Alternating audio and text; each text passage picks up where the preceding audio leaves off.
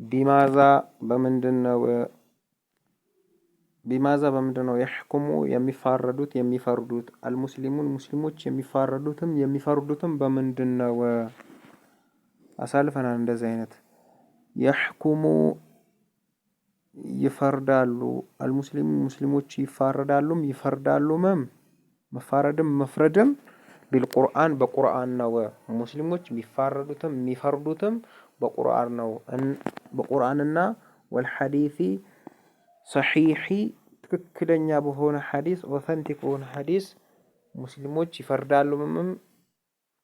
ይፈርዳሉም قال تعالى ለዚህም قال الله سبحانه وتعالى ቃል ነው وأن يحكم منبل فرد بينهم በመካከላቸው ቢማ በነገር አንዘለ አላህ ባወረደው ነገር አላህ በነብዩ ሰለላሁ ዐለይሂ ወሰለም አወረደ ቁርአን እና ወሚስለ ማዐሁ ሐዲስንም አብሮ ስለዚህ በቁርአን ምን ማለት ነው አሊሞቻችን በቁርአን መፍረድ አለባቸው ተራውም ደግሞ በቁርአን ደግሞ ሄዶ መፋረድ አለበት ነው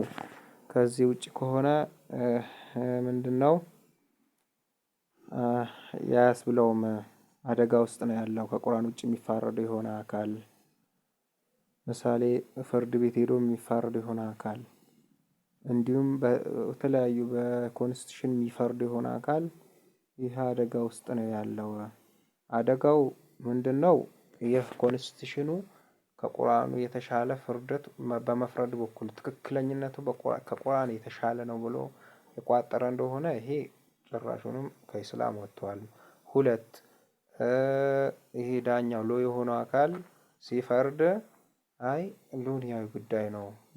ምንም ቢሆን ተብሎ ያለነው ከሃዲያኖች ሀገር ነው ምናምን ብሎ ምንም ያደርሰው ያው ወንጀል ውስጥ መግባቱ ማይቀር የሆነ አካል ነው ለዱንያ ብሎ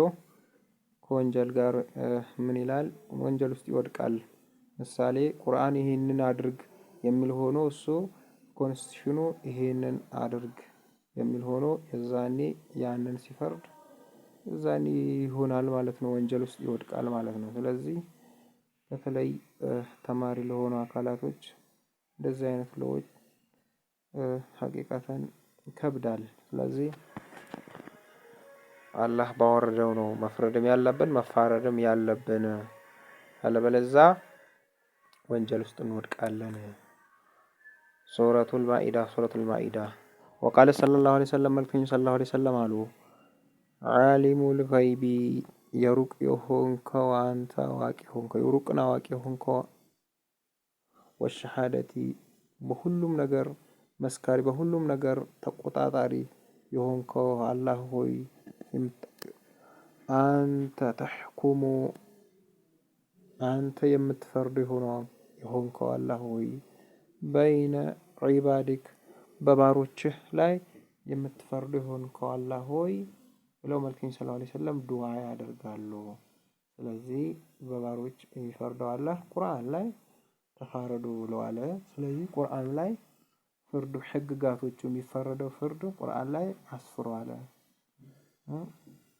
በተለያዩ በምሳሌ በትዳር ጉዳይ ሊሆን ይችላል በዱንያ ጉዳይ ይሄን የገደለ ሰው የገደለ ሊሆን ይችላል የሰረቀ ሊሆን ይችላል ስለዚህ በእንደዚህ አይነት ጉዳይ ቁርአን ላይ አለ ማለት ነው በቁርአንና በሐዲስ ነው ሙስሊሞች ሊፋረዱ ቢገባው ያለበለዚያ ወንጀል ውስጥ መውደቃችን አይቀርም ማለት ነው ከዛ ውጭ